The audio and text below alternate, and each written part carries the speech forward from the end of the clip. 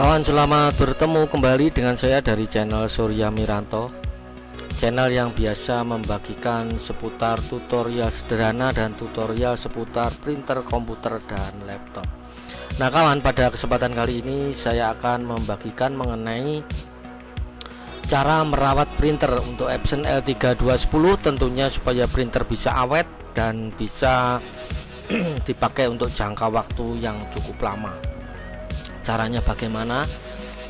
Tentunya tutorial ini saya bagikan untuk kawan-kawan yang masih pemula, yang belum mengetahui mengenai cara memperlakukan printer itu bagaimana ya. Kita akan membahas mengenai hal ini, dan di sini sudah saya siapkan beberapa peta pendukung apa yang akan kita bicarakan pada kesempatan kali ini. Oke, di sini sudah saya siapkan petanya apa saja yang akan kita bicarakan pada kesempatan kali ini. Nah, di sini kita akan membahas mengenai cara merawat printer Epson L3210.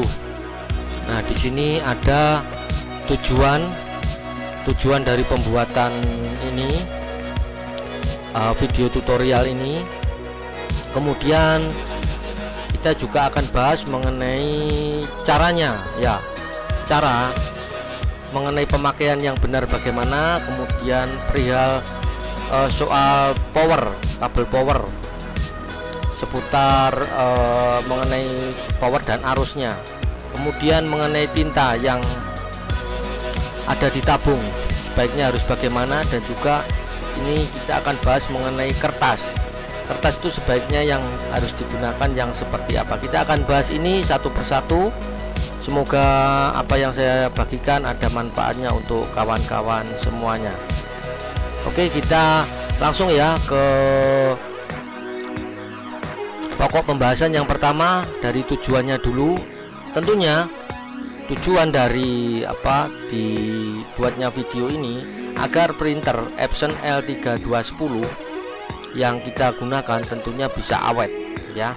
Kita tahu bersama bahwa printer Epson L3210 itu printer all in one, jadi ada print, scan, dan kopinya. Itu bagaimana supaya printernya, nah tentunya supaya printer yang kita gunakan Epson L3210 bisa awet ya. Apa saja yang perlu kita lakukan atau kita perlu kita ikuti supaya tutorial mengenai printer Epson ini bisa ada manfaatnya untuk kawan-kawan, dan tentunya printernya nanti bisa lebih awet ya. Oke, kita ke pembahasan yang pertama dulu sebentar. Nah, di sini tujuannya ya, tujuan supaya awet tentunya. Nah, dan sekedar informasi, printer ini sebenarnya kalau pemakaiannya bagus ini bisa bertahan dipakai hingga 7-8 tahun ya. Ini saya ambil kesimpulan seperti ini karena seringkali saya mengamati di sekolah-sekolah, di kantor-kantor yang menggunakan printer dengan cara yang benar. Printer ini bisa bertahan, terutama printer Epson ya, bisa bertahan hingga bertahun-tahun. Tentunya kalau printer itu awet, itu yang pakai pun juga senang, jadi kantor pun juga senang, bos-bosnya juga senang, printer nggak gampang rusak ya. Oke, sekarang apa saja yang perlu kita siapkan, yang kita perlu ikuti caranya ya. Cara yang pertama, ini berarti kita cawang ya, ini sudah. Oke, kemudian ini tujuannya ini sudah, kita sudah nggak akan bahas lagi. Kemudian caranya, kita akan bahas caranya ini mengenai pemakaian. Oke, sebaiknya printer Epson L3210 itu harus digunakan dengan cara yang rutin ya. Jangan sebagai misal Anda menggunakan printer hanya pada saat dipakai saja, karena kebanyakan seperti itu.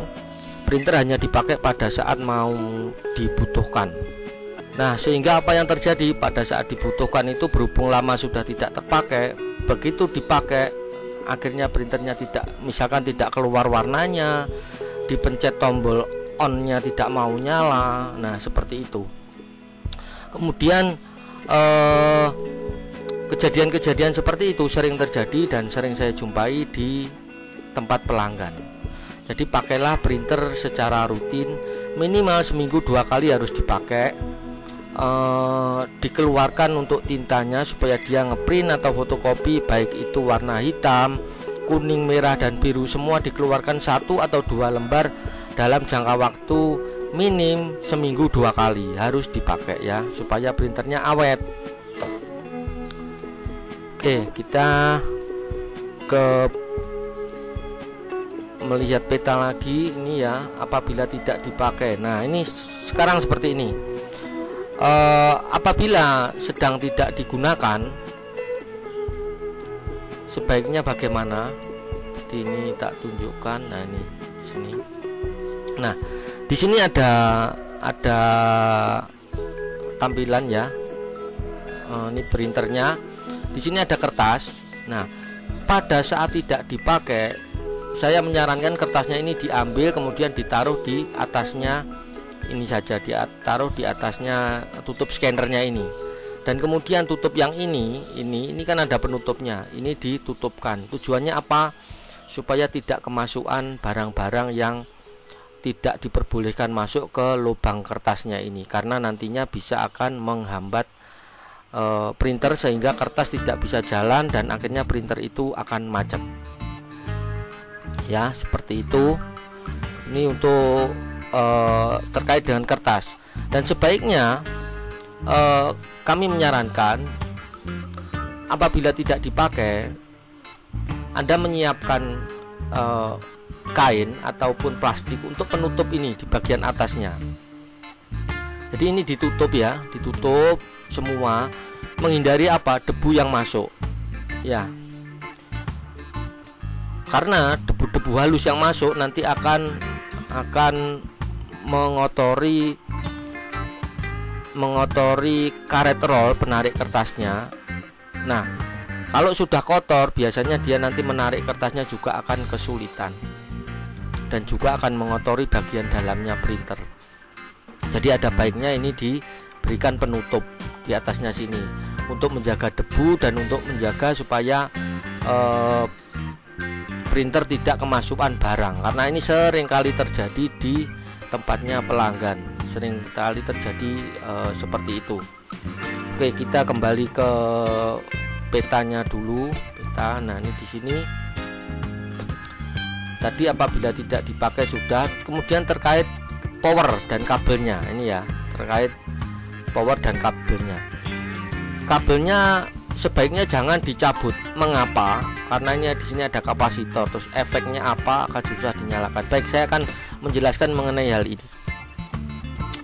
Jadi begini, di printer Epson L3210 dan printer-printer yang lainnya, baik itu Canon, baik itu HP ya, baik itu juga Epson ini sendiri, di dalamnya ada yang namanya motherboard, mainboard, yang mengatur sistem dan sirkulasi dari pekerjaan yang dikirimkan oleh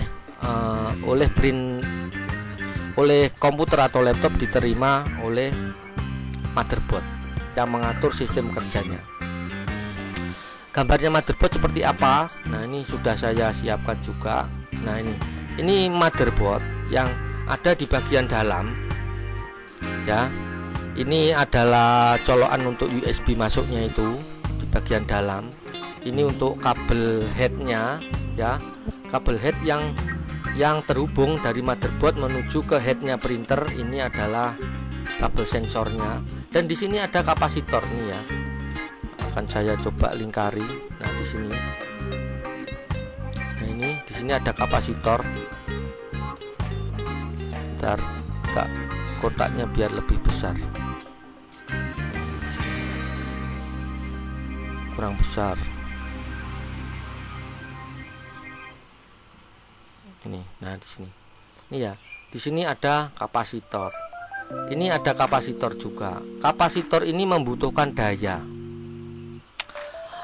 Seandainya kabel power itu pada saat printer tidak dipakai dan kabel power itu dilepaskan, otomatis yang ada di bagian sini di kapasitor ini arusnya akan hilang. Sini kehilangan daya ya. Ini yang menggerakkan sistemnya di sini, ngambil powernya dari sini, dari kapasitor ini, dari kabel power yang masuk ya. Masuk ke adaptor dulu, kemudian masuk ke bagian sini. Ini sumber powernya ada di sini. Nah, apabila ini saya hapus ya. Apabila kabel listriknya dicabut, bentar, nah di sini. Nah, ini tampak bagian belakangnya. Nah, ini adalah kabel tempat kabel powernya yang menancap ke bagian listrik ya. Kalau ini sampai dicabut, nanti aliran yang menuju ke bagian kapasitor itu akan kosong.